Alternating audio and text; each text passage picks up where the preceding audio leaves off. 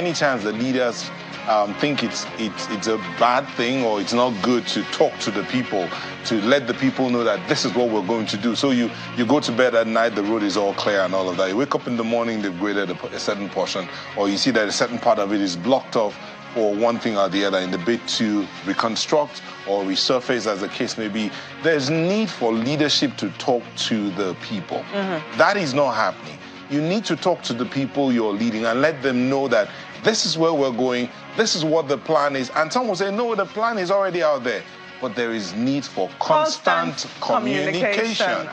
We can't emphasize it enough. I mean, yesterday we saw the winds in the federal capital. I am so sorry to be talking so much about our city, but we can't help it. It's the federal capital territory.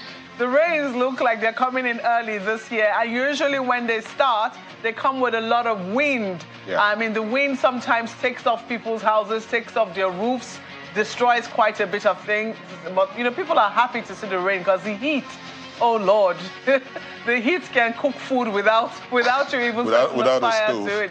Very truthfully.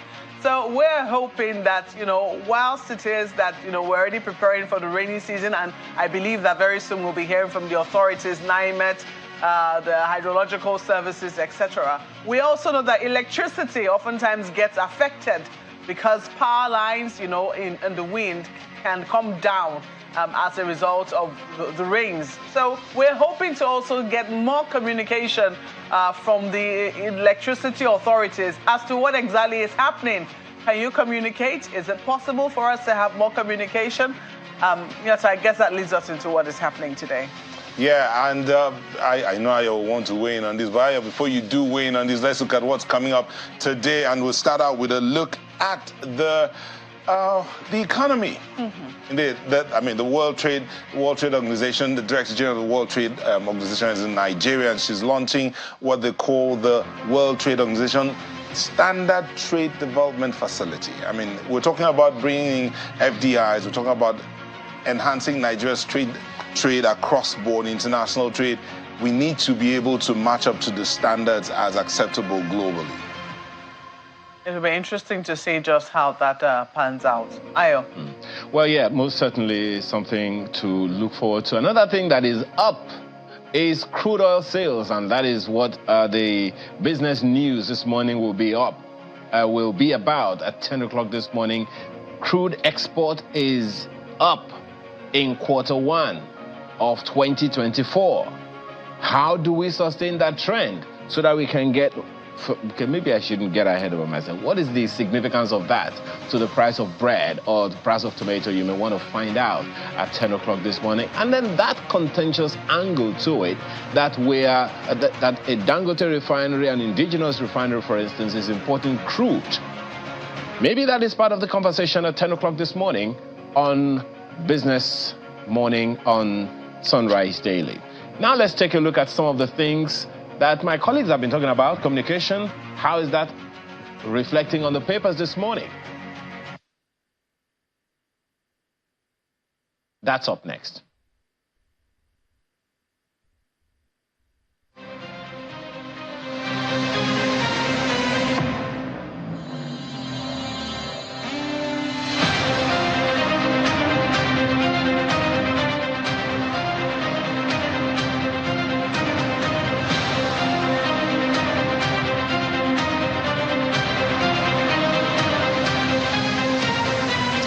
We start out with the Guardian newspaper, looking at investors may forfeit dividends as firms struggle to survive.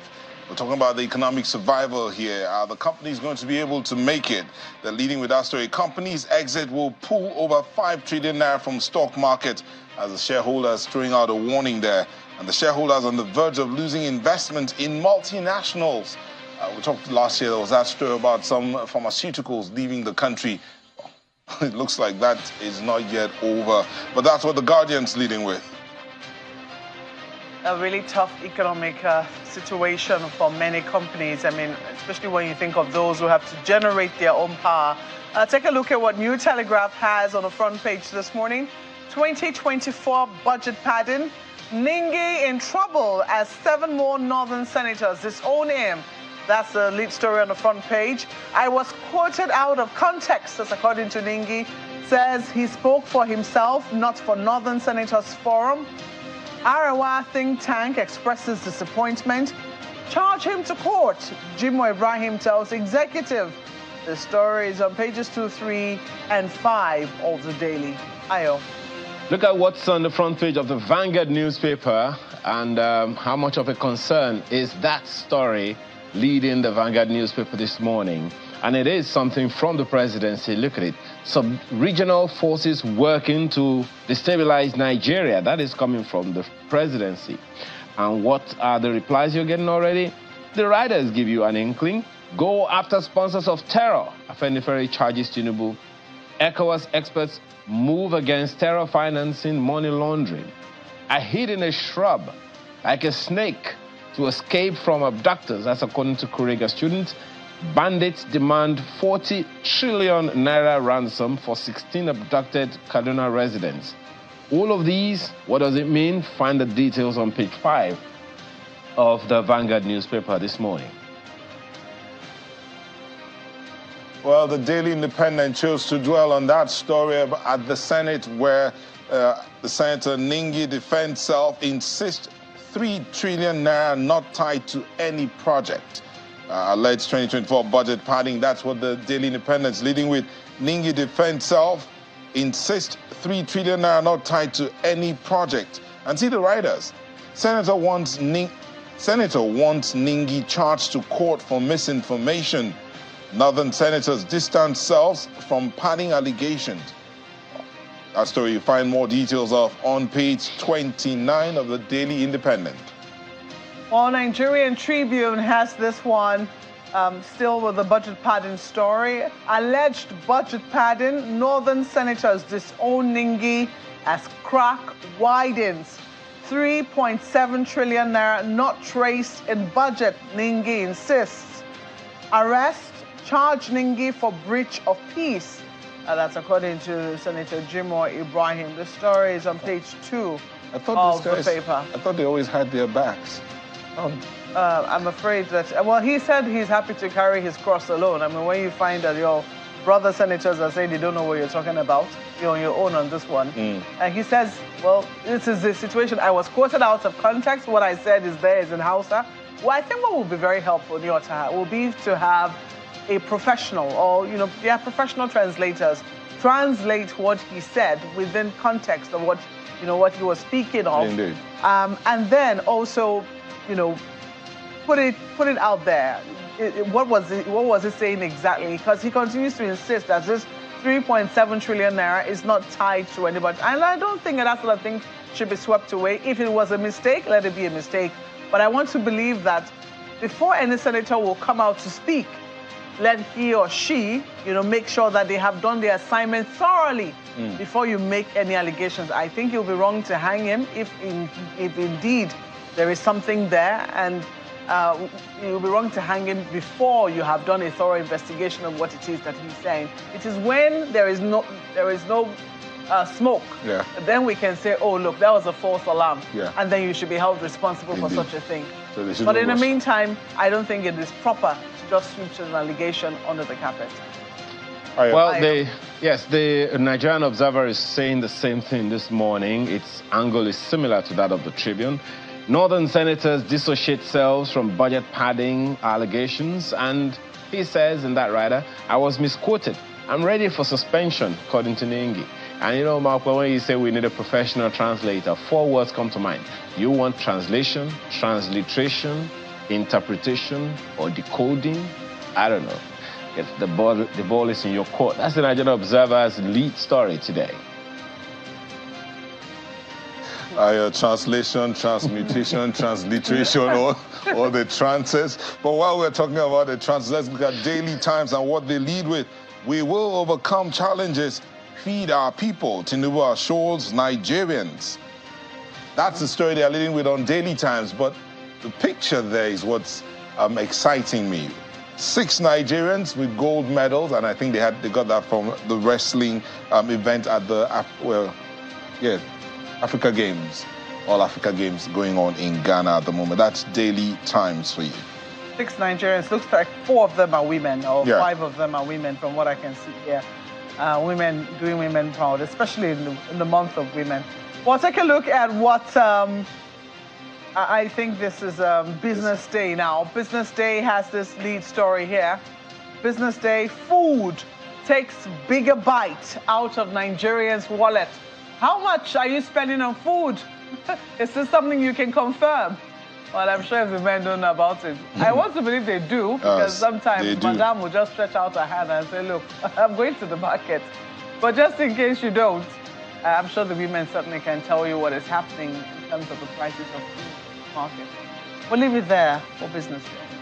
And you're not talking about food. Let me direct your mind to what's happening on the front, with Mr. and Mrs. this morning on the Vanguard News, front page of the Vanguard newspaper. You do it yourself. But the blueprint is also talking food. But it's something that we've heard before. Tinubu orders release of seized food trucks to owners. Kano governor begs for reopening borders. Renewed hope agenda working. That's according to former President Buhari and First Lady Rotimi Tinubu. Details continue on page 8 of the Blueprint newspaper today. This Nigeria has this story, the same story from the Senate, but the one that caught my attention is FG owes 100 billion naira debt of electricity bill. That's coming from ANED. FG owes 100 billion naira debt of electricity bill. That's one of the major stories on the front page of This Nigeria, and that's the one that caught my eye. That's it from This Nigeria. It'll be interesting. I mean, many times you hear the federal government saying that they have to intervene in the power sector. What if the way of intervening would just be pay your bill? Will it make a difference? No, you're saying pay your debt. Pay your debt. Pay what you owe. Pay what you consume, you know, in the ministries, in Aso Villa. Pay everything that you owe and see whether it will make a difference. Well, oftentimes they intervene in the generation part. They intervene through MBET, assuring the prices of gas to those who are producing and generating. But at the consumer end, where it is that, I mean, with the distribution companies, if they paid what they owed, will it make a difference? Will the distribution companies pay back to both the transmission and the generators? Will it make a difference? I think it's something that the federal government can find out by paying at least a part of it. What happens? Well, I guess that wraps our look at the dailies this morning. Quite a lot of them stick out. You cannot ignore the front page of Vanguard newspapers this morning. Sub-regional forces working to destabilize Nigeria. That's attributed to the presidency. The question is, what do you want us to do with this information? Whilst it is that, you know, citizens are already aware, the question is, what is government doing now that you have this information? We've been told about terrorists doing all manner of things, you know, trying to destabilize the country, some of which the federal government knows and have been named in other countries. But yet, we're yet to see any prosecution here in Nigeria. So, and the federal government is said to know these people, and we're seeing Afenifere go after sponsors of terror. Afenifere charges Tinubu. So, we need to do something about it. It's not just enough. It's not enough for the rhetorics. Let's see actions, and then let the actions be communicated. Again, we're back to communication now. Let the actions be communicated. Let the citizens know what is going on, what's being done to ensure their safety, so that, as I said yesterday, so that they can sleep with their eyes completely shut and be at peace, knowing that their taxes are working for them. The people that they employed are doing what they are meant to do. Ayo. Well, so one of the angles of security for me would be that of food, which leads the Business Day newspaper this morning. Food takes bigger bite out of Nigerians' wallets. And let me just look at the different angle to it, which is the business angle to it. It's the food chain we're talking about here, ladies and gentlemen. It is tremendous opportunity to make money. It is, which part of it? Is it the value adding? Is it the packaging? Is it the logistics of it? Is it the advertising of it? All of it is, the food value chain in Nigeria is huge. while it's taking a bigger bite out of Nigerians. I remember which government was it? I think it was the Ambode government that said that Nigerians, Lagosians alone, spend 1 billion naira on food. And the question that I asked at the time was, what's my cut out of that 1 billion naira? And it's still the same all over the Federal Republic of Nigeria, all 36 states with the FCT. What's your cut of that? It's an opportunity to invest, not one to jackpot, but hey, what do I know? Well, I think we can wrap up the papers at this point and go into the main gist we have for you this morning. One of those issues raised. Which one is it? I guess you have to wait to find out. We'll be right back.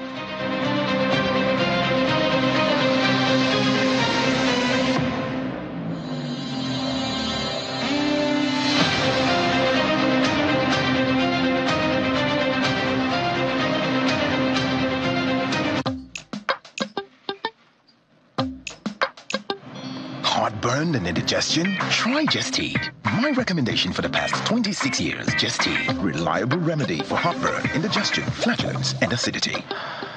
Do you know that you can now print all your essential items for events without even having to leave your home? It's the Cast Print Combo Deal for all events. Yes! Weddings, conferences, birthdays, burials, etc. Starting from 495,000 naira only. You get 50 invites, 50 A2 size posters, 50 16-page brochures, 1 large backdrop banner, 1 roll-up banner, 50 jotters with pens, and 50 souvenir carrier bags. Whatever event you're planning, we can adjust to your budget and quantities. Just send your pictures and other information through WhatsApp, and we shall send a design for your approval. Approve your design, and we will produce with super high-quality digital print technology. We can even arrange delivery to your location. Call us now on 0913-156-5016 or 0812-794-9323 or visit our social media pages. Cast Prints, digital printing at super speed.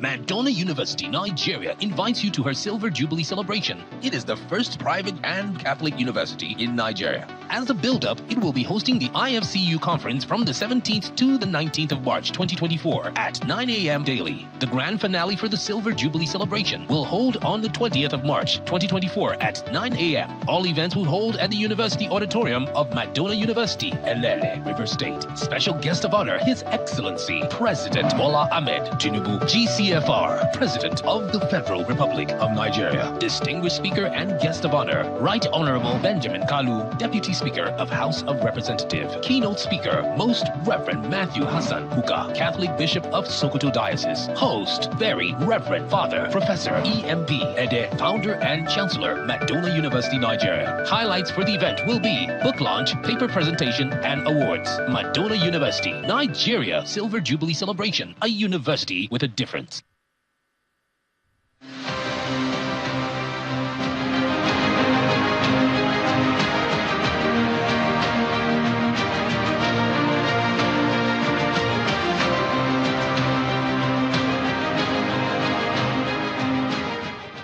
By the grace of God, under my able leadership, we will try as much as possible to ensure that every child returns. By the grace of God, inshallah. We are doing our best. I'm going to work with the community leaders. I want to work with the traditional leaders here, as well as the youth, to ensure that every child returns back home by the grace of God. I discussed with the National Security Advisor. He has assured me they are also working, and I've also spoke with the GOC Women Mechanized Division. They have also assured me they are also trying. Here we are with the Commissioner of Police and the Director of SSS, and all of them are working closely with Commercial Government under my leadership. No child. Whoever is kidnapping young people is sick, cruel, and a coward. Yes. Enough is enough. And I call on the state governors that once we take hold of them, they deserve capital punishment. Why are they torturing our children? What they are doing is trying to kill our future. We all know parents, when we are old, we rely on our children, and we see them that our investment has not gone to waste. especially when they are successful. Why would you go and take them from schools? Why? I don't really know. But right now, I think enough is enough. As a former lawmaker, I believe that any one of them captured deserve capital punishment. Yes. I say it, and I believe most mothers would believe that. Yes. We carry them for 9 months. When you are giving birth, you don't know whether you are going to live or die. Yes. And you don't watch what you love being snuffed away. So they are animals, they are evil, and then we should take them out among our midst, wherever they come from. And the state governors should do something, and the lawmakers, especially the lawmakers of each state. Happy International Women's Day to women, because we deserved a pat on the back. We do so much. I celebrate every Nigerian woman and girl. And that's the beginning of our conversation this morning, and we have with us retired DIG Leo Yebade, former DIG Research and Planning with the Nigeria Police. He's also a security consultant running as MD of Rontal Security. Thank you so much for joining us this morning. Thank you, sir. Let's begin with that opinion of the First Lady. She's saying, look, as far as I'm concerned, this is like literally murdering our future, and she's of the opinion, and unequivocally so, that anyone who continues to do this, they deserve capital punishment. And she's advising legislators and governors to look into it more seriously. What do you think? Now, let's start. Let me lay foundation before I start. All my expressions are going to be personal. And secondly, we can't really bring out all the issues here when it comes to security. Everybody knows that. And thirdly, policy matters. I won't touch on them. I know how to address it to the right quarters. Now, let's look at security generally. You see, security in a global perspective, for now, is volatile. It's not only in Nigeria. It's volatile, it's sensitive, there are so many uncertainties. So we must establish that. So it is not only in Nigeria that we're having these challenges. And this has impacted, it has its consequences on the nation states generally. And Nigeria is not an island. So when you're talking of banditry and all kidnappings, they are intercontinental crimes that are related. So you can't treat them in isolation. And now, we are not talking about who is going to be held liable or responsible. When you want to cut a tree down, I am taught from primary school that you go to the root. So if we are talking of insecurity in Nigeria, as we are talking, it has to be internal security challenge, then we go to the root. The root is who are the people statutorily responsible for internal security. That is the police. So we have to address it from there. And all the security agencies, have they been able to address the situation? So why have they not been able to address the situation? So let's start from that angle that you're looking at it. There was this whole issue about insurgency and allied matters started as far back as, some will say 2009. It got to a head in 2014 when the Chibok girls were abducted. After that, the Dapchi girls were abducted, and several other kidnappings of such, over the past, the previous 8 years of the Buhari government. And now, it seems like it's returning. Why is it that the police has not been able to nip this in the bud? Because right now, it's a full-blown cancer, some would say. Good.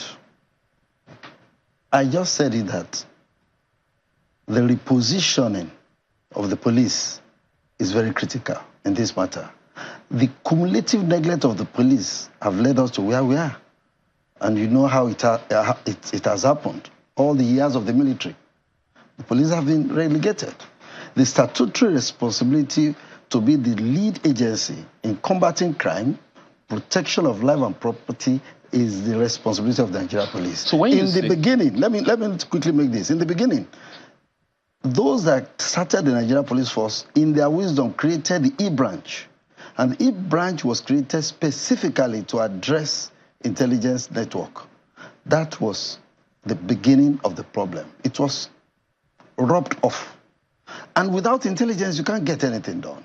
So we have crippled the police. Let me put it like that.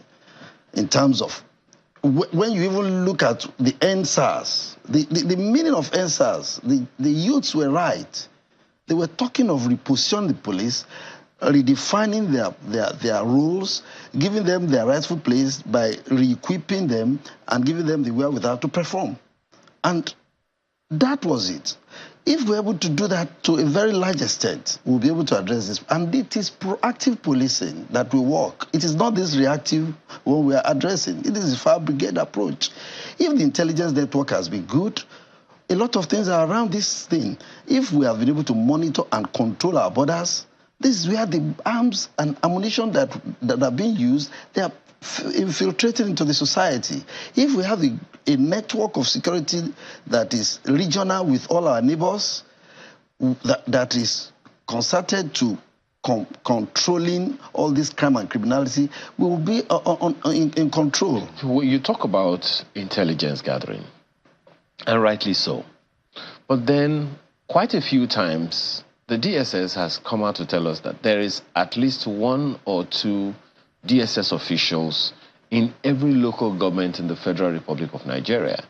Their primary job, to gather intelligence, deploy to the appropriate authorities. I'm assuming that the police is also part of them. Right. And we have also been informed that there's at least 1 district police officer in every, I don't know what you call it, DPO they call them, every local government of Nigeria. Are they not doing their jobs? Are they disallowed from doing what they're supposed to do? On paper, you have just said it as it were. In practical terms, let me quickly tell you, a policeman is known for who he can do by his upbringing, his capacity and capability. Now, the fish rots from the head. That's a French adage. The leadership matters. Who are the key players, the personnel that are deployed? Are they sharing information vertically and horizontally? That is the key word. I would give you one example. While I was Commissioner of Police in Abia, the DSS director was fantastic. If I have issues and I need to nip it in the bud, we come to the table, we discuss. After we have mapped the state, we know which crime is prevalent and where. We work one-on-one together. We are not contesting. But what you see nowadays is that there are contests, or you can say that people are trying to, if the information gathering and processing is that of DSS, then they don't need to see them mostly in the public. They share the information and they go back. Share the information with who? With the police and other security. And that's why I said, you see, sharing it vertically and horizontally. Just 1 second. It depends on the personnel. How should, on paper, as you said, how should the intelligence information run? Okay. Let me tell you from the Commissioner of Police level. You have the state exco. The DSS head is there, the police, and other security agencies. At their level, they share information. At the level of that, at that level, there are no challenges. That's why when you go to NIPS, you go to War College, and where you have senior officers, there are no challenges. But at the lower cadre, and that is where the job is more sensitive, and that's where we get it right or we get it wrong. Isn't that a problem of communication among the rank and file? Because if, as you said, there is no challenge with the head of the DSS, there is no challenge with the head of the police, and there is no challenge with the governor of the state, and there is a problem with down the rank and file. So what causes such a thing? At the level of, you see, there are 3 levels, if you want to put it in the right perspective. You have the tactical level. That's why you have the DPO, the area commander. You have the operational level, where you have the Commissioner of Police directing operations, and the strategic level.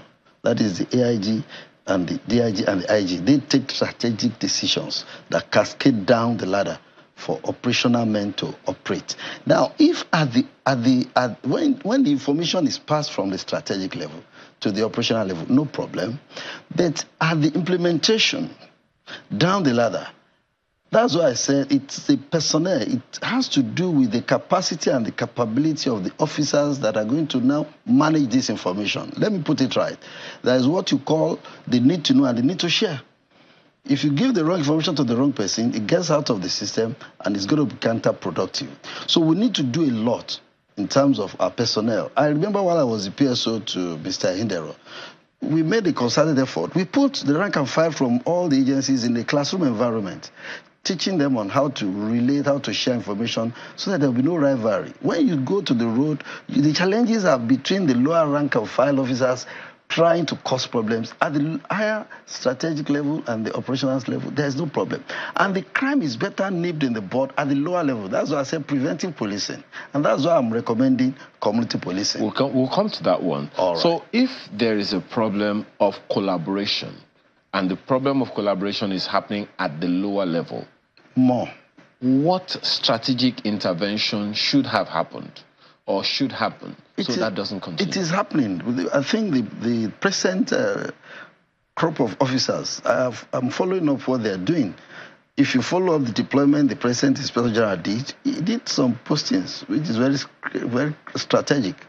Posted some officers, not the lower, but the officers that can manage information, as it were, to all the needy areas. So when you have a problem, you look at how to address it. And it has been there. They will continue to manage it. If we're able to get our intelligence network right, the problem should have been more than 90% solved. So we had a guest here talk about this particular issue. Two, most importantly, the abductions in Borno of 200 women who are IDPs. The abductions in Kaduna of almost 300 children from a school. Now, I'm wondering, logistically speaking, you would understand how these things go because you led that kind of department. How easy, how long would it take for abductors to take 200 women from a particular location? I don't know if there's one single vehicle that can take all. And you go to Kaduna not long after, and you go and take 380-something children at once. I don't think there is one land vehicle that can take all of them. So are you still saying it's a failure of intelligence or abandonment of duty? That's why I'm talking about community policing right away. Community policing takes care of crime from that level. We'll get to that. No, it is going to address that. I understand. We will get to that. Because the community should know themselves. The point that I'm making, the point that I'm making here now is that this happened. Some people were supposed to make sure it did not happen. Now it has happened. All right. So many women and fathers are right now languishing because their children are not at home. And governors are up in arms like we're helpless. So exactly what happened? Who abandoned what duty? I have said that proactive policing and preventive policing would have been better. And I will tell you why. If there are things that have been placed not to make kidnapping, ransom very palatable, and it's a common feature in our everyday society, then we make it very bad for them to continue to take. So you're ransom. saying there's a problem of consequence management? Consequence management. We need to review what the law says, dealing with banditry, kidnapping, and all of that. We should readdress it. What does the law say now? For now, it's open. It depends. You know, our challenge in Nigeria again, you need the legal issues and the evidential requirements to be able to make your point. Well, I don't know how this is a problem, Mr. Ibadi, because there is a crime. It is a crime to abduct people. Right. I don't know, is the law ambiguous on the punishment for crime? What I'm saying is this. Before it happens, that is what we should address. But you also now mentioned something vital, which has been talked about as well, which is the fact that those who committed this... the consequences. What are the consequences? Now, how many people have been arrested and prosecuted to deter others? Now, it depends on the prosecution. You see, for you to prosecute... Have there even been any arrests? No, there are so many prosecutions. Look at what has happened. Have there been any arrests? Very many arrests. Like in the FCT, I followed up. The IGP set up a special squad when this thing was happening, about 3 or 4 weeks or so. And there are some arrests. They were arrested and they were prosecuted. Was there any arrests for the Chibok girls? No, when you are talking about Chibok, you know, so many of them have been... yes, but who, the people that abducted by the military. them, you are talking about consequence management. Yes. The people that abducted them, was there any arrest? That is the issue. Most times, you see, kidnapping, as it were, it's not a crime like ordinary crimes do you treat. Sometimes it has happened before you even start looking for where did they go to. Most times you want to just retrieve your children. And most times when they are retrieved, maybe there's fatality, exchange of fire, and those bad guys were killed. In that process, there's no prosecution. And that's what I'm saying. When you want to prosecute again, you need to really prove. That is our system, the judicial system, which is the administration of justice. You have to prove beyond reasonable doubts. So you need the evidence to really get all those things done. So maybe we can still follow that, the consequences, and review the punishment level. I listened to the First Lady talking about the same thing, that it could be reviewed. And that is still open to every one of us. But I am more particular. We have gotten to this stage. There is nothing bad in retracing our steps. And retracing our steps is getting the right policing that is necessary for this country to strengthen the internal security framework. Okay. And I was part of the team that we conducted a research, as it were, when I was Commissioner of Police. And that report is still lying at National Institute for Policy and Strategic Studies. We were able to interrogate 11 agencies, including all the security agencies. We visited 12 states, both in the north, in the Middle Belt, and in the south. We visited 6 states in the continent and 6 outside, interrogating and looking for a strategy, models, and policy options for us to be able to domesticate our security networking to strengthen our internal security framework. And we had a report, and we presented it when you are saying you are doing a PowerPoint presentation with the Federal Executive Council, with the President in attendance, and it was accepted. We were interrogated a whole day. So the challenge now is the implementation is, and the implementation is, the recommendations are there. Implementation strategies to make it work, and even the monitoring and evaluation, everything is there. Okay. I would have suggested government to pick up that report, because we looked at everything happening from farmer herders to all these banditry and kidnapping. So that all of these issues can be addressed from that My report. colleague Maokwe in Abuja has some questions for you. Go ahead, Maokwe. Thank you so much, Ayo. Well, DIG, it is interesting that you have now finally mentioned the report, because I immediately noticed the NIPS badge on your attire when you came into the studio and started to speak. And I do know that, you know, NIPS is about policy and strategic studies. So there are big questions as to what all of our think tanks have been doing. But you have also said, well, you people have done some work on it, extensive work at that, and work that has also been you know, will I say tested or grilled? You've been grilled on, and you say that, look, it has not even been implemented. So for me, it then begins to question our sincerity. And I'm sure you're also befuddled, having served as a policeman at the highest level, as a DIG, having attended, you know, one of the topmost think tanks that we have in this country, and the fact that a lot of eggheads have sat on this, and they have really pondered on trying to crack what is wrong with the security system that was so vulnerable to attacks like this. So as somebody who, you know, has retired now as a DIG, do you also question our sincerity in being able to tackle these things? Do we really want it to end? With this discussion, with the conversation that is ongoing, everybody should put all hands on deck to make sure that we confront this challenge. And let me say this, if you follow the news, you see that our retired generals, I want to call them generals, the veterans, the Retired Veterans Foundation has just been launched. I want to give kudos to the Chairman Police Service Commission and the who has been spearheading this particular move. When we went out on course that time and we visited some countries, we saw the retired personnel that have been trained. They are versatile and they are still active. They were the ones that were addressing us. They were not pushed back. They were brought to the limelight to be able to be participating in training and retraining of the personnel. All these police officers that are in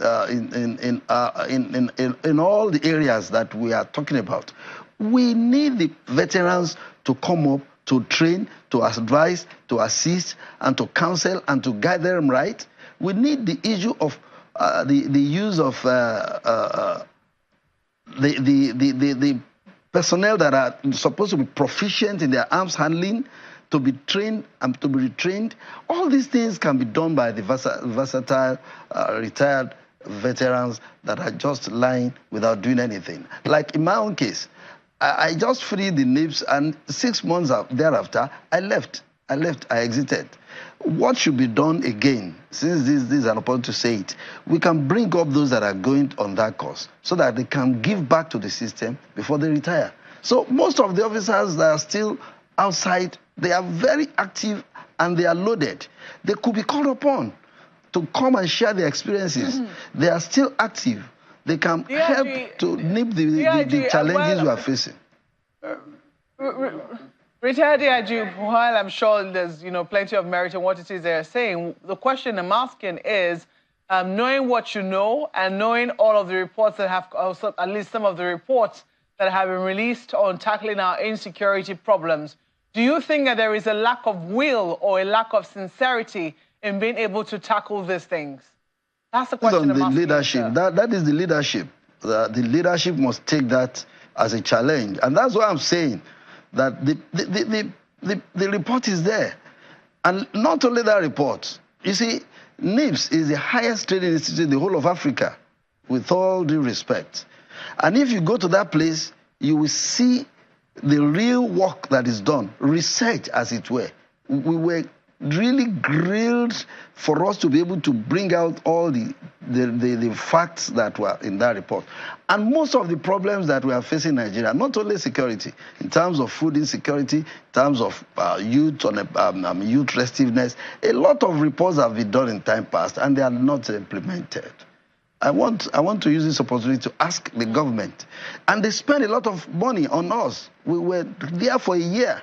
A lot of money was expended. We have the best of the best people that came to lecture. We went outside and we came back and we sat down with our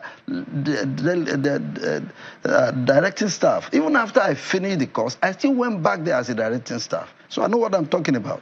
The report is there. The will. Precisely. Exactly. Precisely. I think you're just about to answer the question which I was asking. Because if you say that a lot of money was spent, and this is year in, year out. I mean, NIPS always takes in, they have new intakes every year. So if year in, year out, each cohort sits down and comes up with a solution for something, does extensive research on it, and comes out with reports. This is not the first time we're having school children being kidnapped. It started with the Chibok girls, and since that time, there's been a plethora of children who have been kidnapped, even babies who have been kidnapped, I think, in a school in Niger State, at an Islamia school, where we had children as young as 3 years old being kidnapped. We've seen a lot of these incidences, yet over and over again, it keeps happening. And there have been reports, and even, will I say, some solutions being brought up, safe schools, for instance. Doesn't it really question the sincerity of our political leaders to be able to crack this? Or do you think that we just simply do not understand how to implement it? What are your thoughts on the gaps between the reports that have been done and implementation? I've answered it. There is a gap. We have done our bit, it's left for the political will to be able to advance further, to implement. And that is the observation I've just made also. So the results, the report is there, very explicit, very exclusive, and very detailed. So it's just for them to pick it up and work on it. I tell you for free, we were grilled for hours for them to approve that report. And then nothing has been done. I think that the is question I'm asking you, DIG, is why do you think that gap exists? Why does that gap exist? That's the question. Gap exists. I'm not the one to address it. It's the leadership that should address that. The leadership of today, if we have the right peg in the right hole, I have just mentioned that the reports are there. Let them pick it up and work on it. Okay. I'm sure also having served as DIG, it's not the first time that, you say you went to NIPS and then shortly after you left. But I'm sure also while you were in office, there must have been quite a number of committees that were set up, reports also brought up, and at the end of the day, nothing was done about it. In your capacity as DIG, why do you think that sometimes the reports of committees are difficult to implement? It's about the person. Whatever policy that is preferred, anything that you want to implement, it depends on the person. The person, okay, like the implementation of the community policing project I was talking about. I started the implementation because I was the DIG in charge of research and planning. I want to recall, I traveled down to all at least I was in Oyo to make sure that the thing takes its roots. The late Alaafin of Oyo and other community leaders that were addressed, we started implementing it. So implementation is going to be by the person who is placed in authority to do it, and there must be continuity. So those are the issues. So if we have the people who really do the work with passion, and they have the facts and figures on their table, and there is a direction that have been given, they should be able to go ahead and do the right thing. So you are saying the right, we are saying the same thing. I believe that what is needed is the strong political will to address these issues. Let us reposition the Nigeria police to take its statutory role. Let veterans be invited. Let the military come when it is necessary. In those days, when we have a challenge, there is an operation we call Operation Akeredolu. When you are going on that course at Jaji, we have a course that will relate with the military. So if there is a challenge in society and the crime and the challenge is overwhelming the police as it were, there is a procedure where the military will come in. But what you see now is the military is all over the places. So in a democracy, in the modern climate, the police are the one to do internal security. When you have overused the military, then where do you go? So there is no trust and confidence. When you have to rebuild the trust and confidence. If I may, okay, if I may come in here, indeed, it appears the bandits and criminals are getting bolder by the day, and you've talked about the fact that we need strong political will, but. Yes, you've talked about the policies and the documents, the reports that you've submitted. As you said, you were grilled intensively before the approval of that report. Looking at the situation that we're in now, do you think the document, as you keep referring to, has the solution to the problems as they are right now? That is why I'm saying that is the way forward.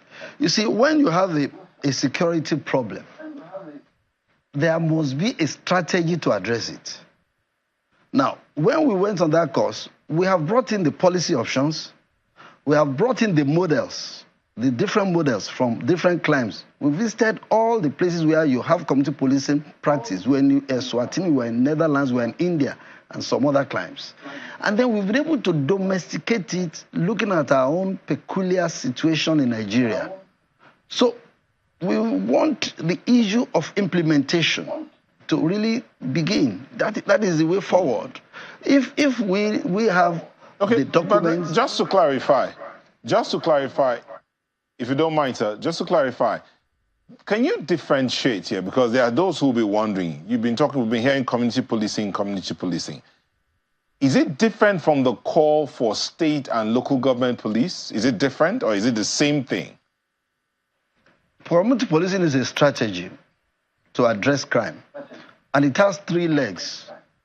Community partnership, it is problem solving, and it has organizational transformation.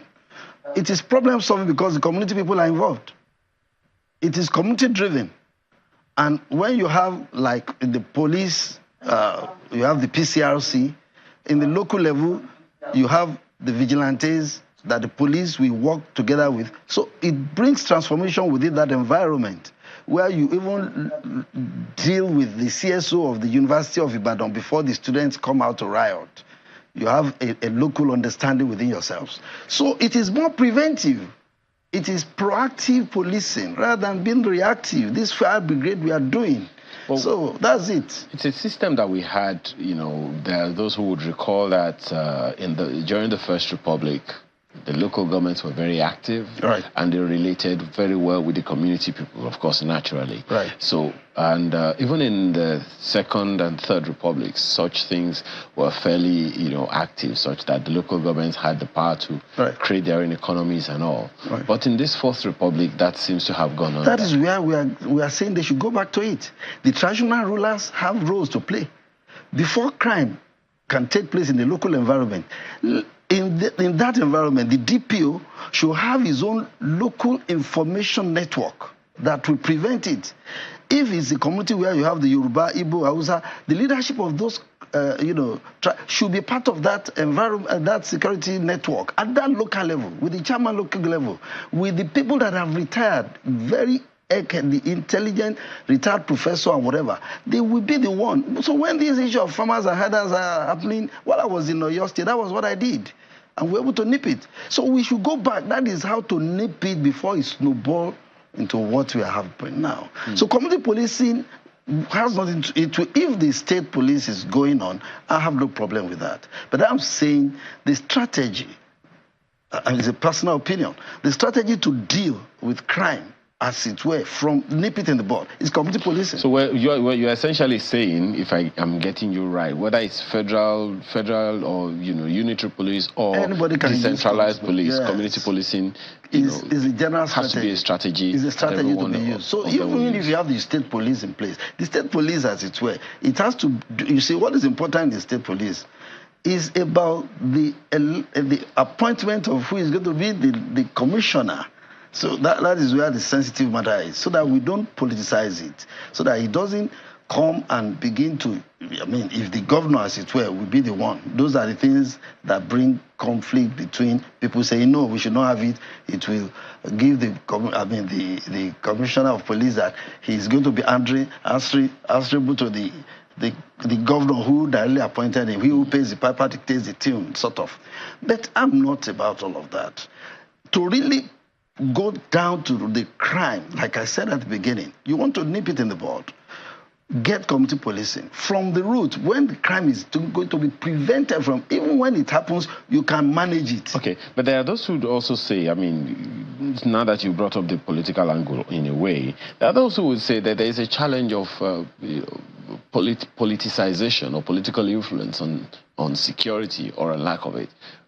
What's your take on that? That is why I have also said, it is you that you are there, that you know why you have to perform.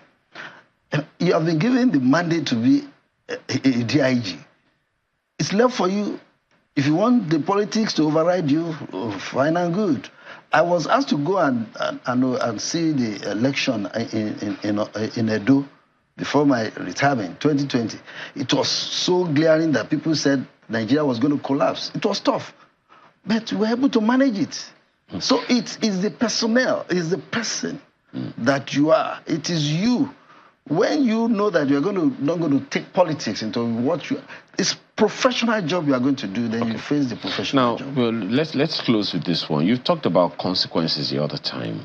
Now, for a DPO who could, for instance, get a call and say, okay, that fellow that you've arrested, release him. or a commissioner of police who could be called from whoever, and according to what we all hear, order from above. Do those things play? Are they real, or they're just phantoms? Order from above cannot happen. It's not right.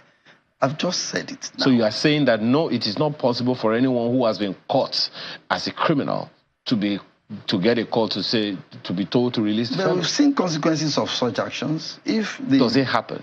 If it happens. Does it happen? No, listen, let me address it. If it happens, the police has its network of disciplinary network to deal with the person who have erred. I'm not talking about the policeman, I'm talking about the criminal. The criminal who have been released? Yes. Who should not be released? Yes. Someone calls a policeman or a DPO or a state police commissioner and says, look, release that fellow that you... I am saying that... Does it happen? Has it ever happened? With me? Yes. No senior officer has ever called me for such.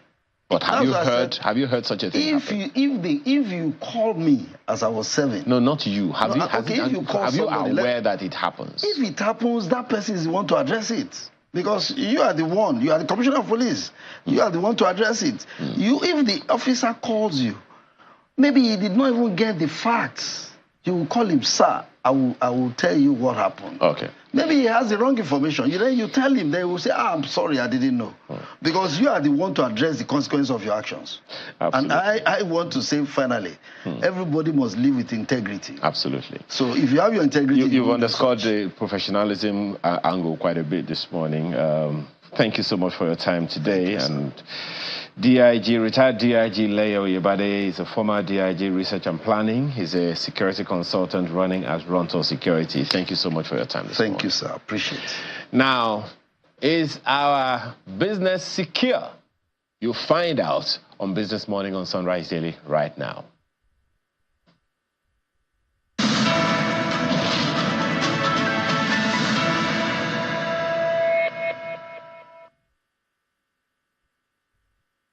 So that's it. Is your business or your economy secured?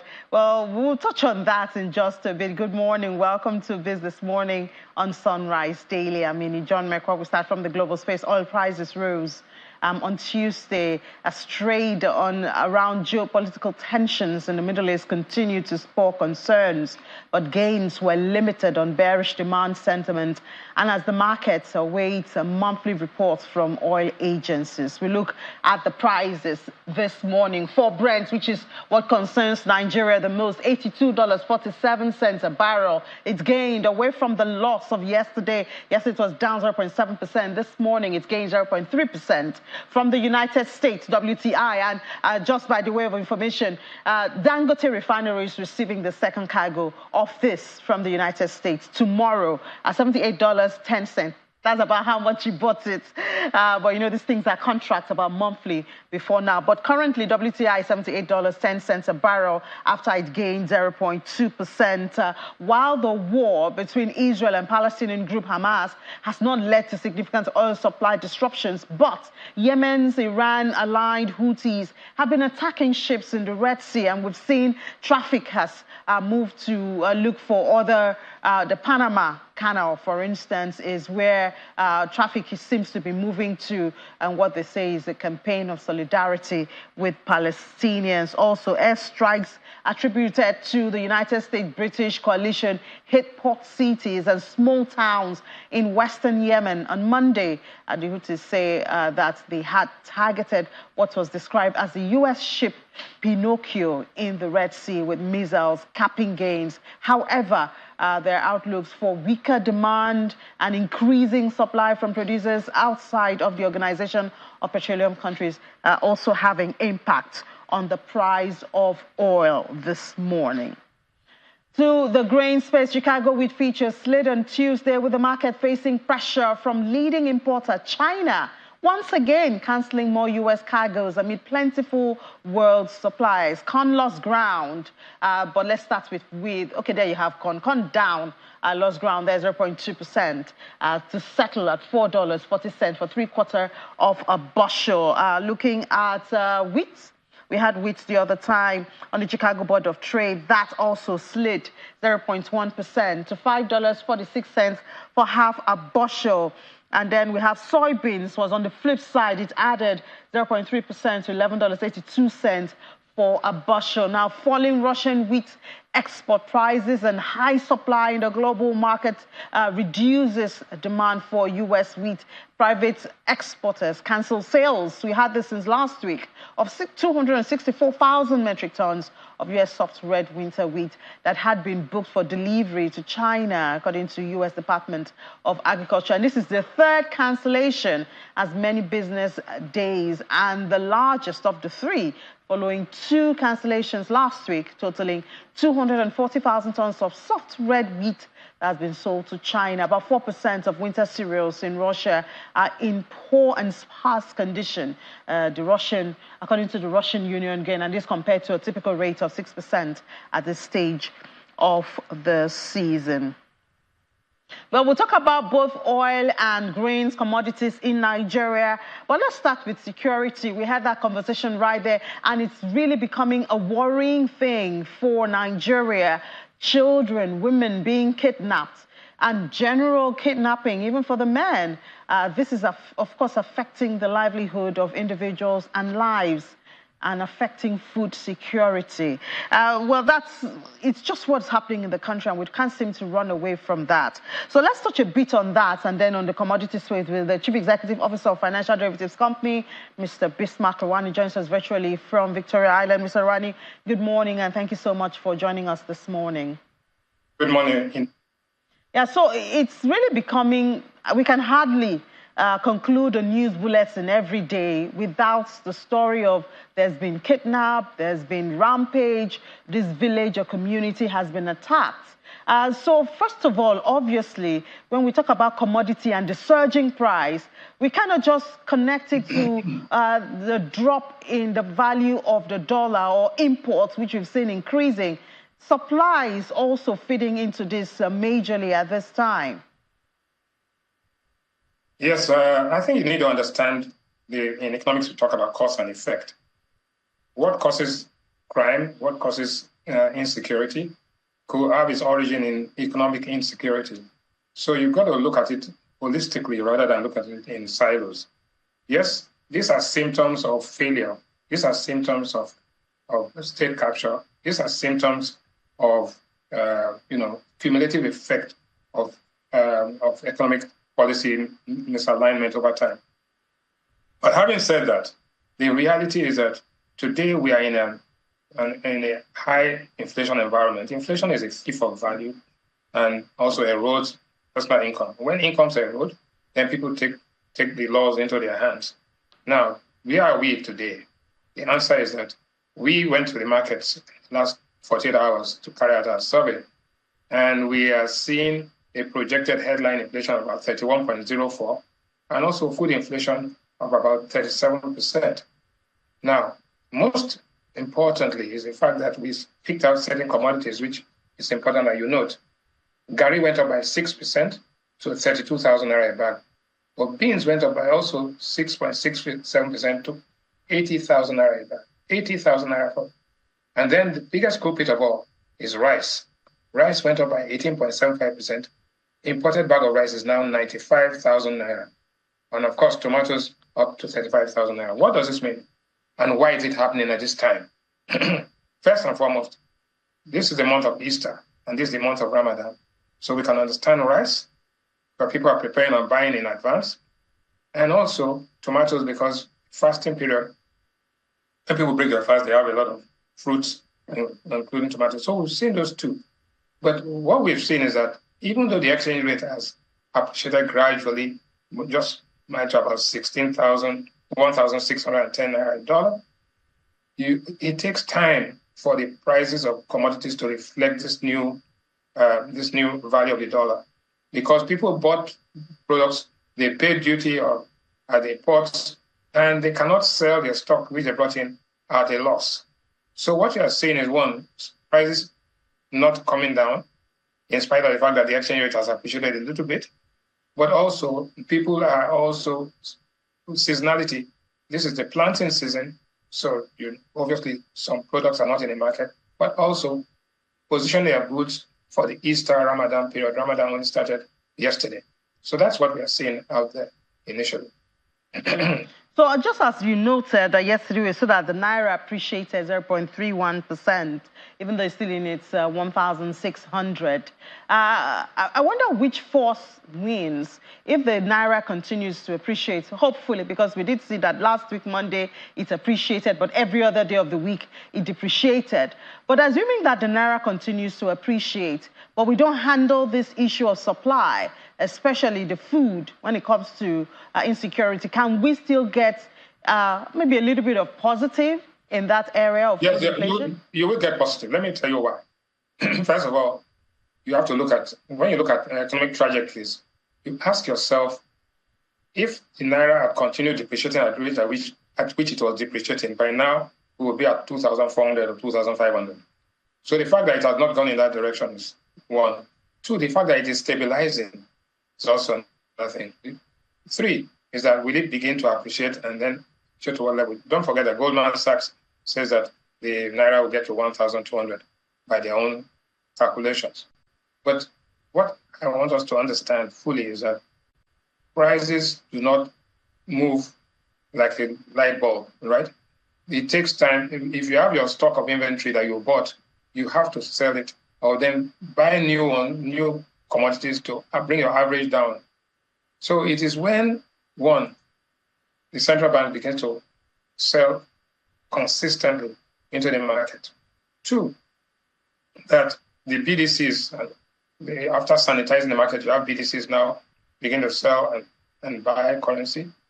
There'll be sanitization in the market.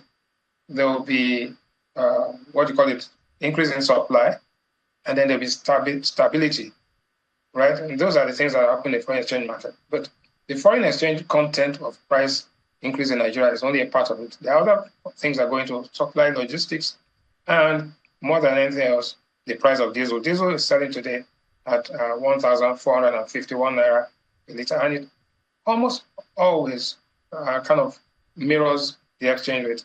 And I think that's important to note. But I think that the supply shortage can be dealt with by imports, that we can have short-term import measures where we bring in commodities very quickly here to at least bring prices down initially. And then when they stabilize, you allow your growing season and all your farmers and all your initiatives to begin to address the medium-term shortage of food in the country. Most of these things because of shortage of foodstuff. And I think I heard, and it's yet to be confirmed, that the borders may be open. If the borders are open, it allows some foodstuff to come in from across the country, from a neighboring country. But we cannot rely on that. What we have to rely on is if we have official imports by the government and it is well distributed, that may bring down prices initially. But the long-term answer to this is having a stable, well-managed exchange rate. Two, having increased in productivity, and more than anything else, encouraging investments into all of these sectors. All of these things put together will give you a long-term goal of improving economic productivity in both the agricultural sector and the manufacturing sector of Nigeria. Yeah, so Mr. Irani, a bit of good news to see in the first quarter that oil exports rose by almost 21%. I guess that's also feeding into, or maybe we have not started feeling the impact yet on the value of the Naira. No, I think it's good news, but we need to take this very carefully and understand it. What has happened is that most of the production that you're seeing there comes from the deep water and offshore assets. In those assets, what accrues to Nigeria is very limited because this is where the international oil companies have their investments, and we have what we call the production sharing contracts, where Nigeria gets a lower share of the oil, as distinct from the joint ventures which are on land and so on. The joint ventures where insecurity, where vandalism and pipeline activities have affected our production. So whilst our production has increased, it does not necessarily translate into an increase in our revenue. It only means that the output has increased. So you'll see it reflect in the GDP, as you saw, the GDP numbers that came out, but it will not reflect in the dollar receipts of the federal government. Therefore, we still have a situation where we need to raise dollars. How do you raise dollars at this time? One of the shortest ways of doing that is to borrow some more.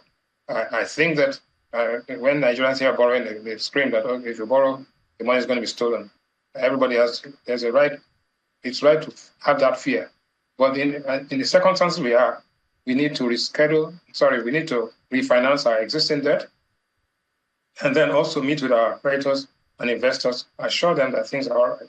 And then they then begin to increase their investments in Nigeria. We saw that already with the higher interest rates in the treasury bill market, where international investors came in.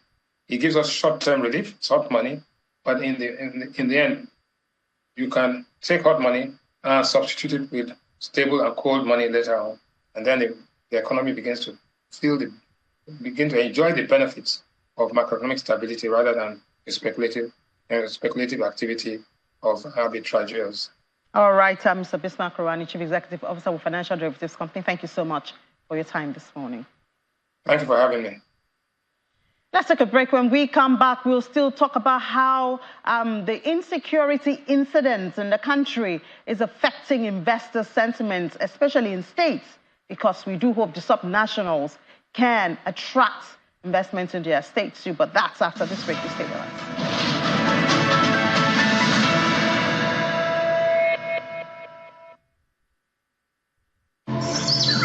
34 million hectares of arable land.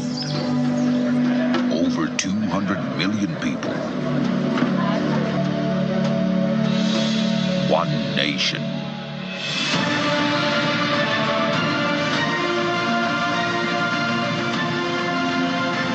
Home to Africa's fertilizer company.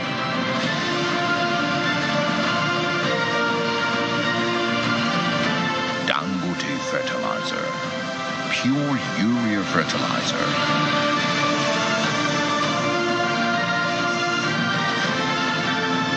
With one single-minded passion to feed Nigeria.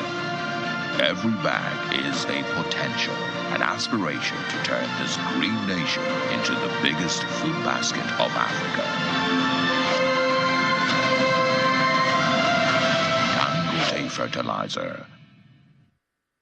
Stay connected to the world with Channels TV Podcast and get all the trending stories. Simply log on to channelstv.com, click on podcast, select the program of your choice, and listen.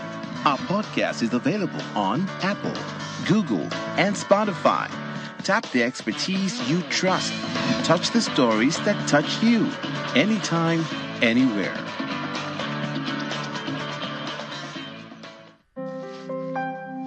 My kids are more than precious to me. Seeing them doing well and happy brings me so much joy. I know it's my responsibility to ensure they're well nourished. So I use Dangote salt in my cooking. It is high quality salt that's refined and iodized to give great taste to my meals and also support my family's health and well-being. And it's got a name that I trust. Dangote salt is refined and iodized to prevent iron deficiency disorders. So give your family meals that taste delicious and support their well-being with Dangote salt. It's time to care about your salt. Choose quality. Choose Dangote salt.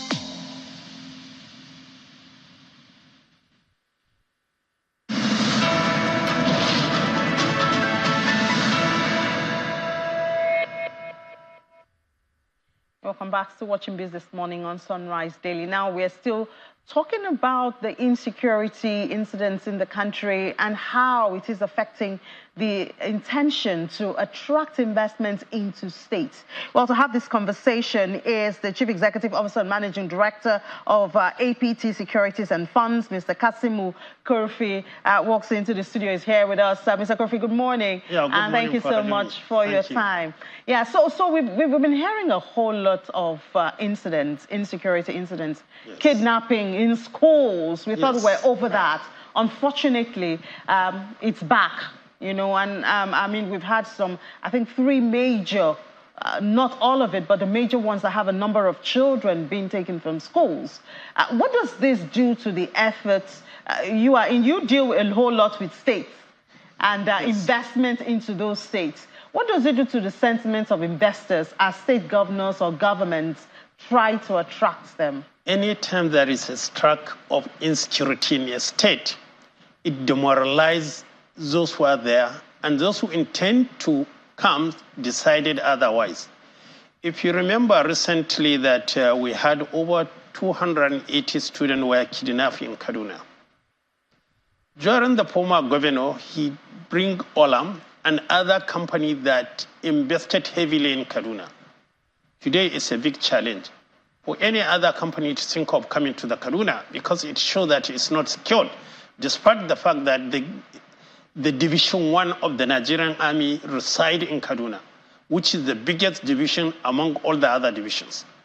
And also they have School of Police College there. So all the parameters of the insecurity are available there, but yet it's yet to be addressed. So it affects Kaduna and it affects those states that have this challenge. Today, we have a similar one in Borno State, even though the Borno has been existing for the Boko Haram, but the recent kidnapping of over 200 women, it also sent the same signal to the investors that are willing to come back. We advise our state governors, please, the issue of security, there is no politics in it, is just join hands together. It needs a collective responsibility because today, bulk of the investors are coming to Lagos and Ogun State. If you look at it, Lagos has less incident of the insecurity. In fact, we hardly had any serious army robbery in Lagos for the last 3 years. And this is a plus to the Lagos. And therefore, we advise other states to also establish the same fund for the security. We need to invest heavily because once your state is secured, you get more investment. A lot are going to Kano because they have less incident of insecurity. So it is very clear to all of us that address the insecurity before you use it. And the second issue is even for the state to be at peace, they need to go. In most of the Nigerians, they are agrarian, especially up north. We have the land, we have the river, we have the dams. But you cannot do it. If you take Katsina, they have Zobe Dam, they have Jibe Dam, and all these areas are not secured. And therefore, people cannot go for irrigation.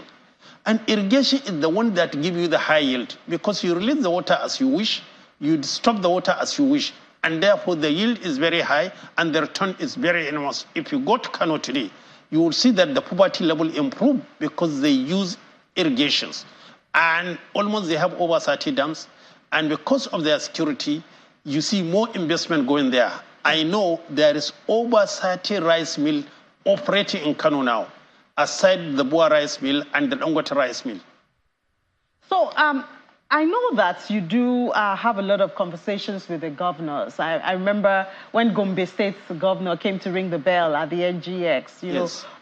What kind of conversations do they have? Because you did say something now that the governors should know that insecurity or dealing with security should not be politicized. Which, of course, we've seen the feelers that sometimes being treated as politics and all of that. What kind of conversations are these governors really concerned? Do they know the cost of insecurity on the state, or do they have the buffer of going to Abuja at the end of the month, and so that doesn't really bother them? Well, quite a number of them seem to understand the challenge of the insecurity, but the way and manner they address it is not good enough because it's not knowing the problem, but tackling the problem. In less than 4 months, with the inauguration of Katsina State Governor, he said these people, talk to the community, bring the people that know these areas and let us empower them. He was able to do about 1,005. Just this week, Sokoto did their own. What stopped Dampara? What stopped Kebbi? What stopped Jigawa? What stopped all other states to do them concurrently? I can tell you, if Kaduna applied the same principle, Niger applied the same principle, Dampara applied the same principle, as Katsina did, I can tell you that this exists, because the exit doesn't go. It started from Niger, cut into Katsina, Sokoto, Kebbi, Zamfara, Niger, Kaduna. So we know the exits. If all of them collectively do the same and address the issue with the support of the federal government, they will overcome it. But look at the pace it is going. Katsina has done it over 3 months before Sokoto started. Zamfara, they are working. We didn't know that of Niger. What of Kaduna? Not yet set. So you think some of these state governors are not being intentional enough in dealing with this? Well, even if they're intentionally, they didn't do it collectively, concurrently. This is not an issue that you let this state until they finish, then you see what they have gone. You have to do them concurrently because they have no border. It's up to you, state governor, to say that this is your border. As far as the criminal concern, it doesn't matter. He can move from Katsina to Zamfara to Katsina to Kaduna to Niger within a short period. And they can do it overnight.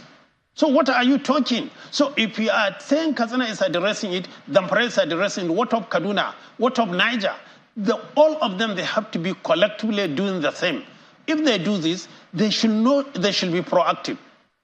These points, areas are known. The security challenge, the ringleaders are known. Their location are known. Go and attack them. Don't wait for proactive until they attack you, then you start pursuing them. You will never win a situation where you stay and wait until you attack. Mr. You have to attack. Mr. Kofi, you just said something that is implicating there, saying that the ringleaders are known, the people... They are known. So if the governors and the government know them, then why wait? The security have all this information. They are all known. It's not a hearsay. Look, go to the local community, they can tell you, these people are known. They did not come from any other state. Majority of them, they are within the state. And they are known. And their location are known.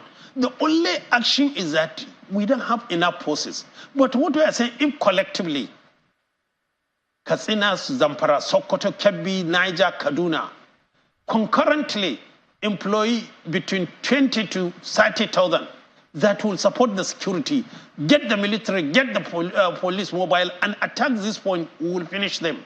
The Air Force will support them. But we are waiting until they attack, you now pursue. You are always been waiting for somebody to attack you before you react. Look at what happened to Kaduna. The same people attacked train, and their location are there. Those who are escaped, they were telling that they know Dogogiri. And he was the one that attacked the railway. And it cannot be ruled out among those who attack for the student. So they are known. The question is that we have to be proactive.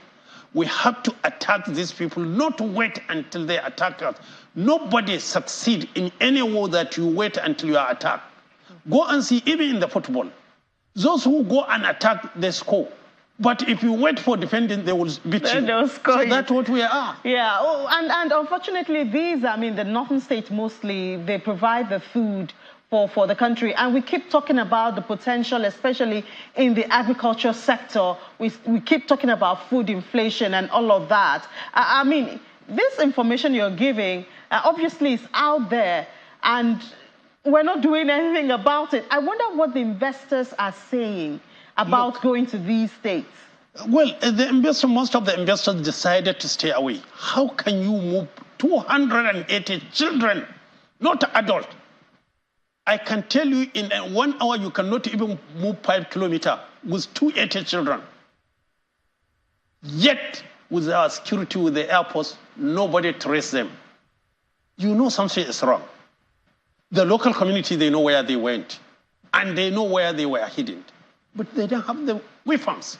So why don't you empower them and couple with the Air Force and the military and the police with the local people? You could have traced 280 in 1 week. 280, they are not something that you can hide just like you have collected 405. 280, the numbers is enormous. There is no room will accommodate them. They don't even have the rooms.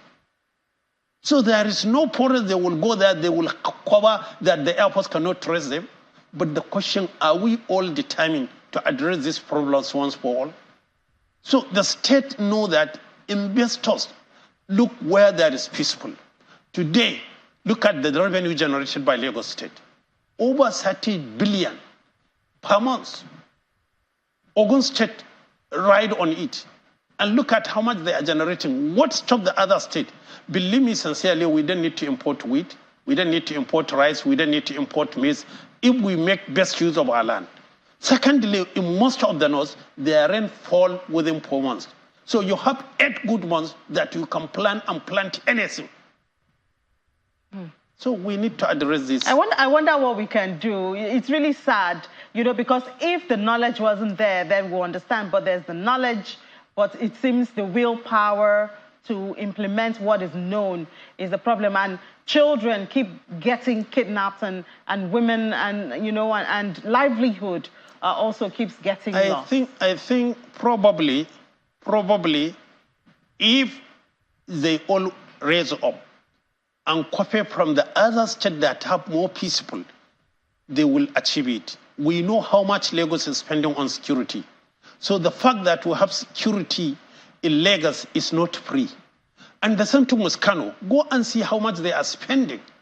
And therefore you have more security. Most of the people inflow into Kano because there is security. So the other states that have adjacent to the forest, especially the Dajarugu, they should all know that it's not all state. If you take Katsina, the eastern part of it is free. Daura Emirate is free. But when you look at the western side of it, which is adjacent to the Dajarugu, is the same thing with Zapara, the same thing with Sokoto, the same thing with Kebbi, the same thing with Niger. So we identify those areas. And the people of that locality are willing to go far, but they don't have the means. So what you need to employ them and post them with the army force to follow after them. I can assure you that if we attack this individual sport, which is known to the community, known to the government, if they were all play attack, will address the issue of insecurity, and more inflow of the foreign investors will come to the country, even the local investors. We are willing to invest. All right, thank you so much, Mr. Kasim Okofi. Thank you for having me. Chief Executive Officer of APT Securities and Funds. Thank you. Thank you. All right, so we cannot go to the market today, unfortunately, but 1 p.m. during Business Incorporated, we'll have a whole market summary and conversation. So do join Laddie Williams by then. Let me hand over back now to the Sunrise Daily studio. Back to you guys.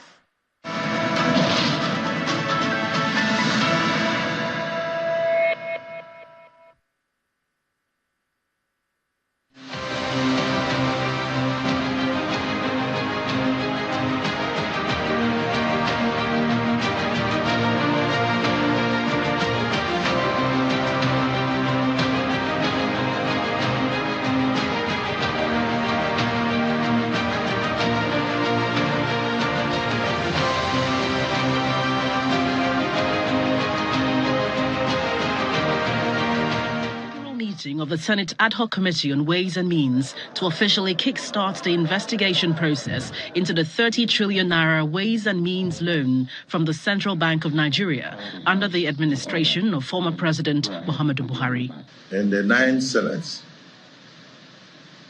a total sum of about 23.5 trillion was brought before the Senate for the Senate to concur, to approve, or approve.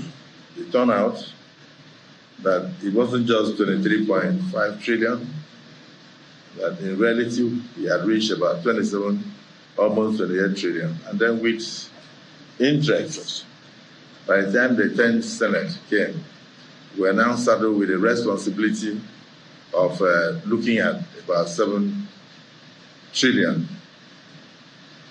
So when you look at the totality, we are talking about a total of about 30 trillion. And the Accountant General and the CBN Governor have failed to provide the details and see whether they were judiciously utilized and if there is any way that some monies are still remaining, then the Senate will recover it for the benefit of the Nigerian people and for the benefit of this administration. At the convergence of the parties involved, the President of the Senate expects premium cooperation. He also charges the 17-member ad hoc committee to spare no one in its quest to uncover any missing detail. You must leave no stone unturned in the pursuit of the truth.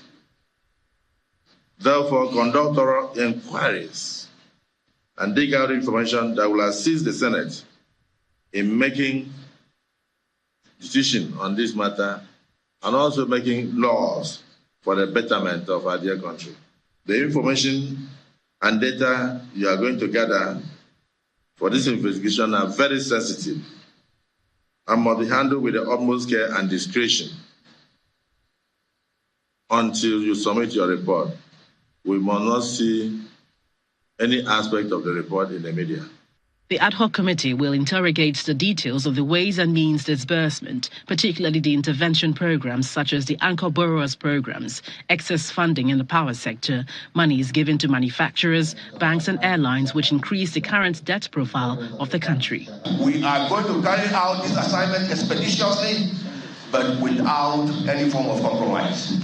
I want to implore the parties, the beneficiaries of that program, that you should please make available to us relevant documents when we come asking for them. I equally want to employ them to make themselves available whenever we call them for interviews. The Senate believes that a probe is fundamental to identify potential loopholes and ensure greater accountability in the CBN's development finance activities. The findings are expected to inform future policies aimed at promoting economic growth and mitigating financial risks. The committee has 6 weeks to turn in their report for legislative debate. Gloria Umezuke, Channels Television News. And that matter of the Ways and Means has remained a controversial conversation, generating a lot of back and forth in different quarters at the National Assembly and in the public space. But clarity around is also something that a lot of people talk about. What's the situation around the Ways and Means? What does it mean exactly? How does it impact on the Nigerians? You heard the Senate President talk about saving, doing this for the sake of Nigerians. Mark? Indeed, he said it's, well, I think it is, this conversation has been on for a while as to whether or not the National Assembly was going to do the investigation. Recall when the National Assembly, particularly the Senate, started the conversation, and the first thing we got from, I think, was Senator Ali Ndume, who said, I was not there. Yeah. and the former Senate President said, but you were there. I think a number of other senators said you were there, and he said, he insisted that I was not there, because looking at the figures we're looking at now, it does appear that, it's not the kind of thing that people want to be associated with. But the Senate has decided to go the whole hog in spite of the advice of the former Senate President that you might not find anything or it's going to be fruitless, so to speak. But they have decided that this is the path they want to choose. So we have a guest this morning to help, look at whether or not fruit will come out of this. And we're very, very happy to welcome Dr. Onoha Nachi in Abuja studios this morning. Good morning and welcome. Thank you. Thank you. Nice having me. Yeah, it's always a delight to be in your studio. Thank you so much for coming. The last time you were here, I think you were talking with Miota about the audited reports of the NNPC. And now we have another report, or we are about to have another investigation. That will lead to another report. Which will lead into another report. So we heard the Senate President there talking about how initially what was approved by the 9th National Assembly, or the 9th Senate more specifically, was 23 trillion naira in Ways and Means. We've since heard that figure has gone up to as high as 28 trillion naira. And only recently we heard the CBN governor telling us about how another extra 10 trillion naira was also approved in interventions. And he said very specifically, I'm not even talking about the Ways and Means. So perhaps in total, maybe we're looking at almost 40 trillion naira here, approved in interventions by maybe the National Assembly was involved, and maybe some of it was just spending by the executive without appropriation. But this is what we're currently saying. What do you make of this move by the National Assembly? Thank you, and once again, good morning, Nigerians. Ways and Means is something that was created legally in the CBN Act.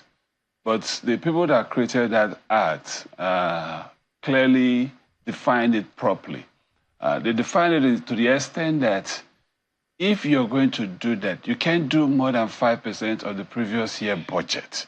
And also, if they don't remit that back to you, because it's a loan you're giving, CBN gives a loan to them, 5% of your last budget. And if they don't remit that back, you're not even supposed to approve the next budget for them. So this is what is contained in the Act, clearly defined properly. So if we look at what the last CBN did, that is the peak, the epitome, the vectors of recklessness. And first, you ask yourself, how does this Ways and Means comes to be? The institutions that are involved, who initiated, who approved, who sends? So that chain must be thoroughly understood. First, if there is deficiency in the fiscal system and the executive decide to run to the CBN that we have deficiency, that we can't do this project, that we can't pay this salary, this expenditure, can you help us out by way of Ways and Means? It means request is from here, from the presidency to the CBN.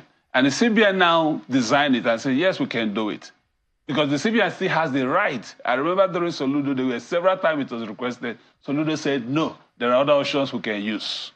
So the presidency right to the CBN requesting for this intervention. And the CBN will do their due diligence based on other parameters of the economy and says, if we do it, to not have this effect on inflation, to not have this general inflation and food inflation. They'll do all the analysis and say, okay, we can do to this extent. And then send back their owner this to the president. The presidency is supposed to send that to the National Assembly, which is where it is captured as an appropriation, as a budgeted expenditure. And in details, when you're sending it, you must put in details what you're going to use it to do. And I can say, from all the Ways and Means I've seen that happen through this period, there was never an attachment to it to National Assembly. This is what I've seen.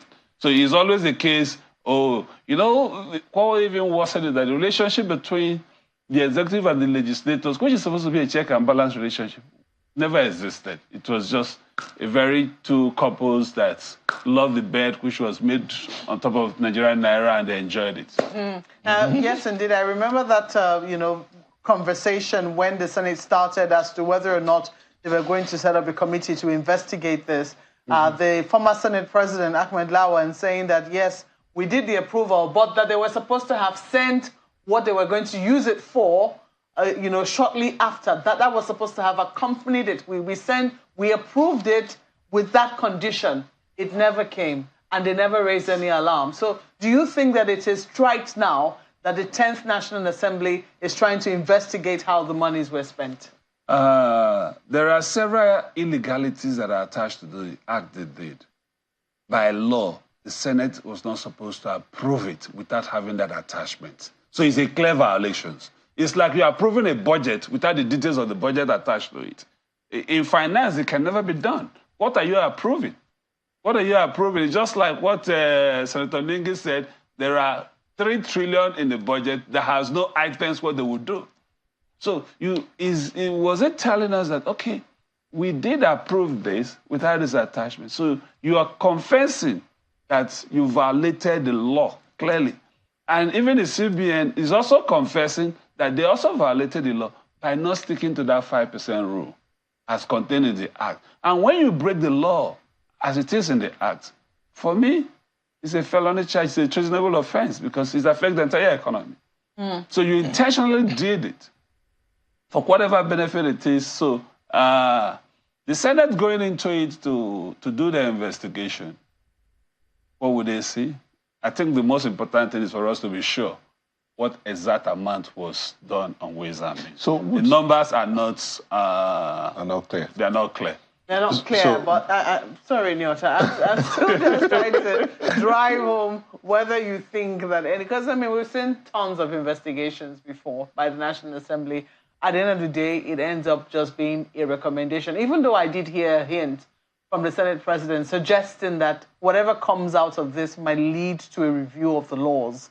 But so far, so good. It's not like as if we did not have the laws. It was that the laws were grossly violated in terms of how the approvals were given.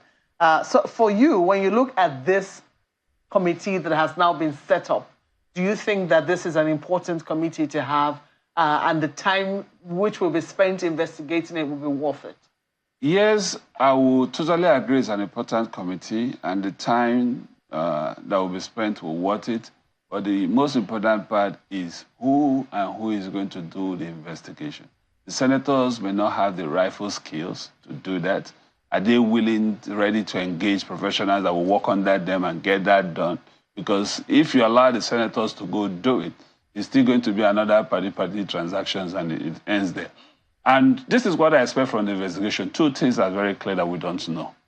One, the amount that was generated by CBN through Ways and Means. Two, the detail of the spending. Because these Ways and Means is what we are suffering today. The demand and supply powers of the Naira was overbloated, and they supplied it. But let's even think of it. What about these, let's say the entire Ways and Means is 3 trillion, and 20 trillion was siphoned illegally and used to purchase dollars in the open market. That alone has sucked out the dollars for commercial workers. So we are yet to get to the nitty-gritties. We are yet to cross all the T's and dot the I. If this investigation will answer that, it's a good one. So we'll just take it for that. But I expect the Senate to dip their hands and get professionals that will do the work, because they don't have the forensic experts in themselves as senators. So they must get those forensic experts. So we'll trace it. Now, when you say Ways and Means also, remember, this is one. After the final approval and CBN takes that, CBN return back to printing and minting. Who does that? So we need to see the memo that went from CBN to printing and minting. And we need to see the inventory from printing and minting back to CBN. So I'm not doing the work for them already, so, but there are certain details that... These things you're asking to be seen, for me, one of the things you mentioned is the law's been violated. Yeah. And we keep talking about the fact that in Nigeria there doesn't seem to be a consequence for violation of laws, especially by those who are supposed to be the lawmakers themselves and seeing that the laws stand, as the case may be. So now the Senate has set up a committee that's to investigate the Ways and Means. So like, say, self-investigation, where you're saying they have to bring in experts. Would they bring in the right experts? When you say we need to see a memo that moved from the CBN to the executive or from the executive to the CBN, would that ever come out? At the end of the day, what will come out of these investigations? What are we likely to see? How would it affect the economy? Because that's where everything's headed to now. How would it affect the inflation rate? How would it affect the purchasing power of the Nigerian out there, according to the Senate President? The effect of the Ways and Means is already obvious, as it affects inflation, as it affects exchange rates within this period. And the current CBN is doing a very marvelous work. Thank God they listen to some of the things we say, and they also know it, and they're doing it. One of the approach which I expected them to do that they're doing is tighten up the cash ratios. And as of today, the last circular they gave out to the commercial banks restricting it up to 45%. So that 45%, it has already, yes, it's going to have some effect on the interest rate of borrowing, but it also reduces the cash in the circulations and tighten the movement of cash. But having said that, with that being done, you begin to see a recovery on the economy on a gradual process, because it's a case of demand and supply, what we have. But coming down to your question, unexpected output.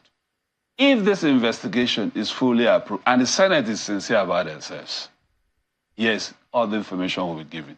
This is one thing I love this country. Very, very, I love this country.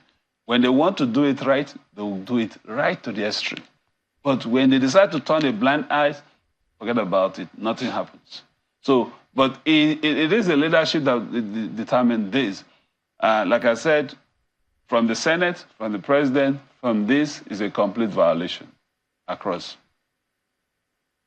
So there were questions as to, what happens, excuse me, we do not know for how long this committee has been given. I didn't hear it come out in that, in the reporters put together, what the time frame it is that they have to sit. But I did hear the Senate President say that, since what they're investigating is so sensitive, they do not want to hear one word from, the committee leaked to the media until the investigation is done, which some people will say, well, it's going to be a tight one, because somehow the media will have their way. They have their ways of getting stuff, and I'm sure a lot of people will be inching to hear, what exactly transpired with the Ways and Means. But given that, given where we are, do you think it is really right that is not being, it's not an investigation being done in the open, at least for the sake of transparency. Because if we are all, the Ways and Means has caused, is a part of the current economic problems that we have all found ourselves in, don't we have a right to know and to follow the investigations as National Assembly is undertaking it? I think Nigerians need to know. I totally agree with you on that. But when they know, it becomes a different case, so that misinterpretation of the investigations won't be looked as witch hunting. One thing I want the Senate to pay focus on, now give them a time frame. You know what I say is let them get professionals.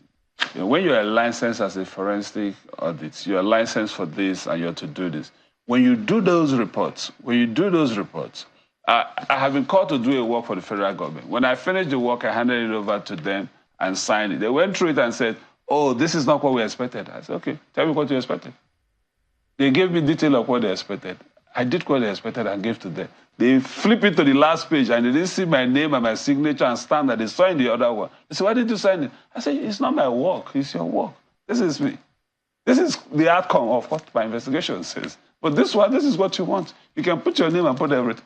So when I pushed that they should get experts to do that, so that this expert can take holistic responsibility of the work, not the Senate, so that when they present it, you know, you even will have a dissenting opinion who says, oh, so thing was not added, so thing was removed.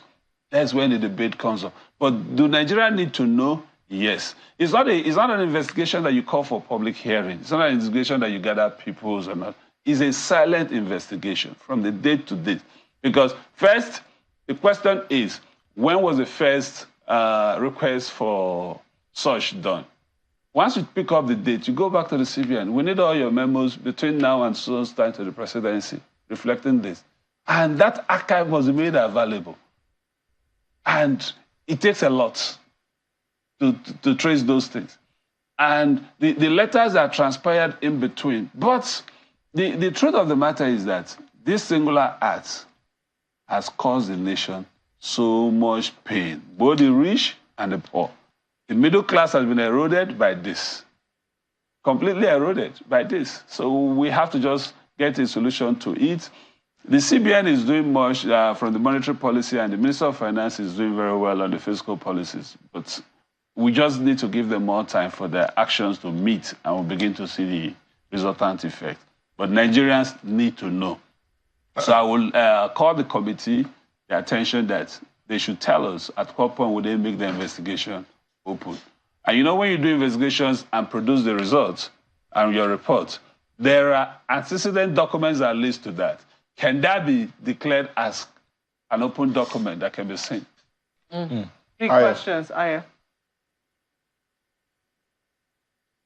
One question that I just want to find out from you is, how could this happen? We have laws, we have guidelines, we have the independence, supposed independence of the CBN. So it is not essentially supposed to be tied to the apron strings of the executive. How did this happen? What were, in your opinion, the gaps, the loops, the gaffes that were exploited for this to happen? And how do we make sure it doesn't happen again? Okay, thank you, Ayo. This happened for some obvious reason. In as much as this current government has repeated it, I've never been in that school of thought. One is having a commercial banker heading the CBN. I've never supported that. And there was no time a commercial banker headed the CBN that we have a very good economy running. So having a commercial banker who has been the MD of one bank or the other heading the CBN, we should, even when they review the CBN law, the qualification for CBN should also include that, for being a CBN governor should also include that. No former commercial bank MD or chief executive, ED, should head the CBN. Now, once you do that, it has no ties to all the banks. Because when you do Ways and Means, whatever you print, generally will still have to go to the commercial banks. And if the commercial banks are not willing to receive it and accommodate you, you don't have that relationship, you won't do it. But when you know already that the commercial bankers, the chief executives are your friends and colleagues, that you have worked together, have done several transactions together, it becomes easy to deal with. But the most important part is to prevent it from not happening. Can we amend the law strictly for us to know that, yes, any violation of this, because the law indicated it's a violation, but did not indicate the punishment for it. So we can go further to say, okay, if this happened by a CBN governor, minimum sentencing is 25 years or 50 years. Nobody will try about it again. But Mr. Noha, can put an end to it. That's a good one to look at. However, we have oversight. We have the National Assembly, 2 tiers of the National Assembly, who are supposed to perform oversight. I don't think this 30 trillion naira thing happened within 1 month. I don't even think it happened within just 1 budget cycle. So, do you see any culpability of the legislature in this, whether consciously or unconsciously, by omission or by commission? The truth is that the oversight functions are there, and the legislators are very, very vulnerable because some of them are fighting to meet their constituency demand, and they need finance to do that. But at the same time, the last CBN had up to 3 different books that they were presenting whenever you approach them. They have the book they will present to the public, they have the book they present to the president, and they have the book that is a real book, which contains the details, and that was already shown in one of their reports.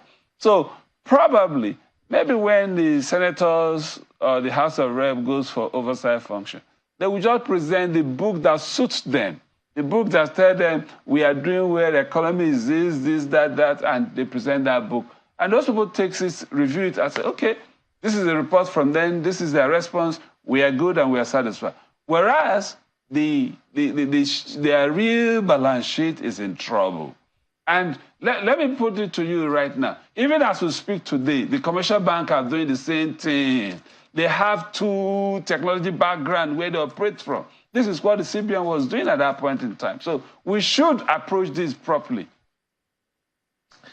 Now, it is what it is. Yes. We are where we are. And as you say, we need to approach this properly. If in doing that properly, and in the next few seconds, what will be the advice? How do we go about it to see the result that needs to be seen?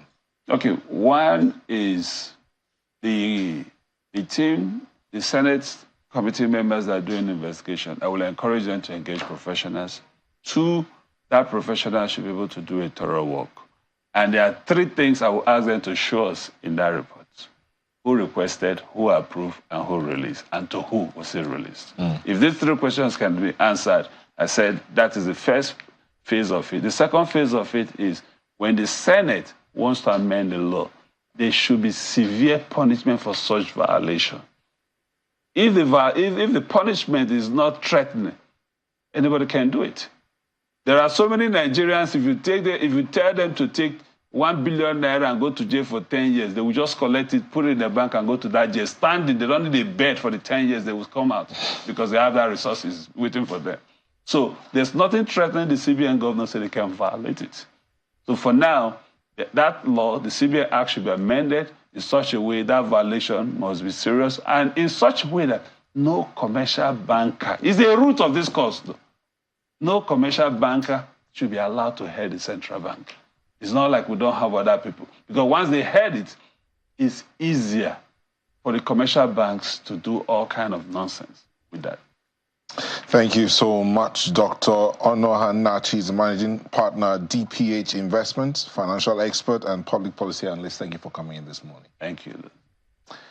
And we want to say thank you to our guests, to our viewers, for letting us be a part of your morning, and all the feedback, your messages, tweets, and mails. I want to say thank you. We do appreciate them, but we'll have to say bye.